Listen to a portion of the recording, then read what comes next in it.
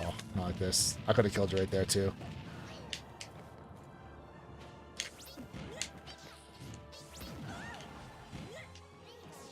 I'm gonna go for it. Yeah, that move's outrageous. Okay. So I see a pirate up B, I just walk right into it every time. it's all good, bro. I was gonna say, walk me through your thought process a little bit when you're trying to approach me. Like, what are you trying to get me to do? So a lot of the times, what I'm trying to do is, well, I guess one of the big things that I try and get characters to do, and I suppose this probably really isn't a good game plan against characters who can just outrange me, is I play best in the air, and I want to try and get people in the air more, because it's where I can go for better juggler reads, it's where I can start getting fair and bear chains, it's where I can kind of start capitalizing the most. And so I usually try and use T-Jolt as well as the dash attack grab common mix-up to try and condition towards that. Okay. I guess just as a whole, so that I can land better free-flowing combos on people. Because I tend to be able to get higher percents, and catching landings with both F smash as well as quick attack is usually really good, and that's kind of some of the things I try and look for more often. Okay. So, to really break that down as simply as possible, you're trying to get me to jump, correct? Sense, yeah, I'm trying to pressure you and pressure your shield to try and get you to either put yourself into the corner or jump to get out, and then try and punish you getting up. So, as far as getting me to jump, I feel like one of the best ways you can try and get me to jump is if you are covering the ground a lot more, right? So you could be setting up your pressure a little bit more with T-Jolt. I'm not saying you have to throw out a T-Jolt and then run in after it, but throwing out a T-Jolt to see how I want to deal with it. If I just shield it, then it's like, if I'm just shielding your T-Jolt, then you should be running up, trying to get grabs, running up, trying to get like a safely spaced down tilt on shield, stuff like that, just try and get pokes, right? If I keep on getting bodied by that, as far as getting grabbed and comboed, I'm going to start jumping over your T-Jolts, because every time I see a T-Jolt, something on the ground is coming, and it's probably going to catch me. Yeah. But go ahead, what are you going to say? One of the things I need, because for me, I've noticed it's not enough to just throw a T-Jolt. Cause it's good how they react to T-Jolt in general, but usually what I'll do is if I throw out a T-Jolt, and I need to do this more consciously, but bait and approach. See how they respond while I'm approaching, because I've noticed that people on average react insanely differently when I'm coming at them with the T-Jolt versus when one's coming at them, and reasonably so, they should. Yep. So this kind of goes back to what I was saying at the beginning when I was saying there's what the average person does, and there's also what this person's doing right now, right? Yeah. So if you run at me and throw out a T-Jolt, do I actually try and parry it every single time, or am I holding shield, or am I jumping? Because if I get hit by the T-Jolt, that will combo into a grab, at least, right? So if I'm scared of getting grabbed, instead of just shielding the entire thing, because that doesn't really help me. It's like, yeah, I didn't get hit by T-Jolt, but now I'm getting nair looped. So instead of that happening, I'm either going to dash out of the way and then jump over it, or I might try and clank with it, or try and go through everything, right? But I'm probably going to jump. The safe move, or the safe option realistically, is not for me to try and shield it, because if you are approaching with it, either two things are going to happen. You're either going to run in, and while I'm in shield, you're going to just grab me, or you're going to run in, and as you get close to me, if I get scared and panic, I'm either going to spot dodge, or I'm going to try and jump, or I might try and up B. Right? Yeah. Depending on where I am. If I'm out here without a platform underneath me, I'm probably not going to up B, but I'm probably going to either jump at a shield or spot dodge. I might roll, but personally, I feel like rolling obviously isn't the best option. If I'm rolling a ton behind you and it's just working, then that's free as hell. You throw a T-Jolt, run towards me, turn around F smash, or turn around dash back F smash, right? And that's just super free if I'm just rolling behind you.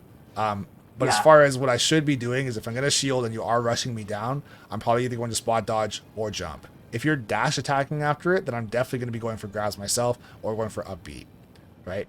But if you see, okay, let's say you go for T-Jolt and you go for a dash attack, and I call that out with an up B, next time you run in, if you run in behind your T-Jolt and then you just stop and do nothing, I'm going to go for this, because I can't react in time to see that you didn't do it.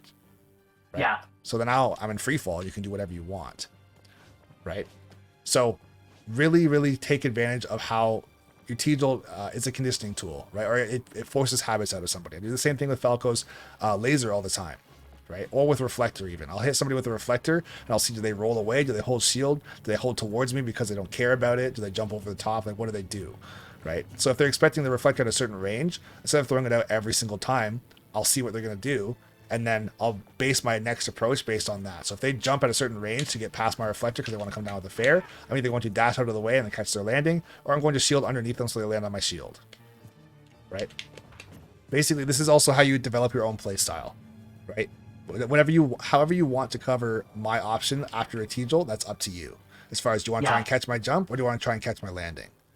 Are you going to catch it with something that sends off stage because you're very confident in your ledge trapping and your edge guarding? Or do you want to get guaranteed damage off of a combo? Do you want to get a drag down? Do you want to get a hard punish? Do you want to get a juggle situation? Like, what are you best at? What do you like the most, right? Those are the things that you're going to try and, I guess, formulate around. It can be one habit even. Around my one habit of, let's say, if you hit my shield, I jump. Or you hit my shield, I spot dodge, right? If those things are not working for me, I'm going to try to not even shield. I'm going to just jump over your T-Jolt immediately, in which case you can try and catch me in the air. If I'm jumping in like this to go over your T-Jolt and I'm catching you, then what you can be doing is trying to, let's say, if I put myself on a platform, you can shark the platform, try and go for a juggle situation here. Or if I happen to, let's say if there's not a platform in the way, if I'm jumping like this over top, instead of you jumping, you can run in and then run back. And then as soon as I come down with my fair, catch my landing on your shield, right? You can almost use your shield like a landing pad for me, right? If you can run it and make me have horrendous spacing on your shield, then you can get more punishes as well, right? I'm not saying you should always do that, but if I'm really, really being aggressive and jumping and holding forward towards you, make me have bad spacing, right? Yeah. Make me land on your shield with a forward air into a forward tilt, or a forward air into like a double-edged dance, in which case then you can punish that however you want to as well, right? All right, let's get out of this game. I'll admit, like, this development phase for basically any player, this is probably the hardest thing in the game, I would say. Yeah. Because this is beyond knowing your combos. This is beyond even knowing a matchup, because you're not playing against a certain character that has a flow chart of obvious things that they're going to do, right? You're fighting against someone who's going to be ever adapting to everything that you do, but you have to also be almost ahead of the game in that respect as well. So if you know, let's say, if I'm shielding then jumping and I'm getting caught for that, I might start shielding and then rolling back even if I have space, right? Or I might even start countering, right? I might start countering your T-Jolt, so when you run in and try and do something, I just hit you because of the T-Jolt triggering the counter, right? Yeah.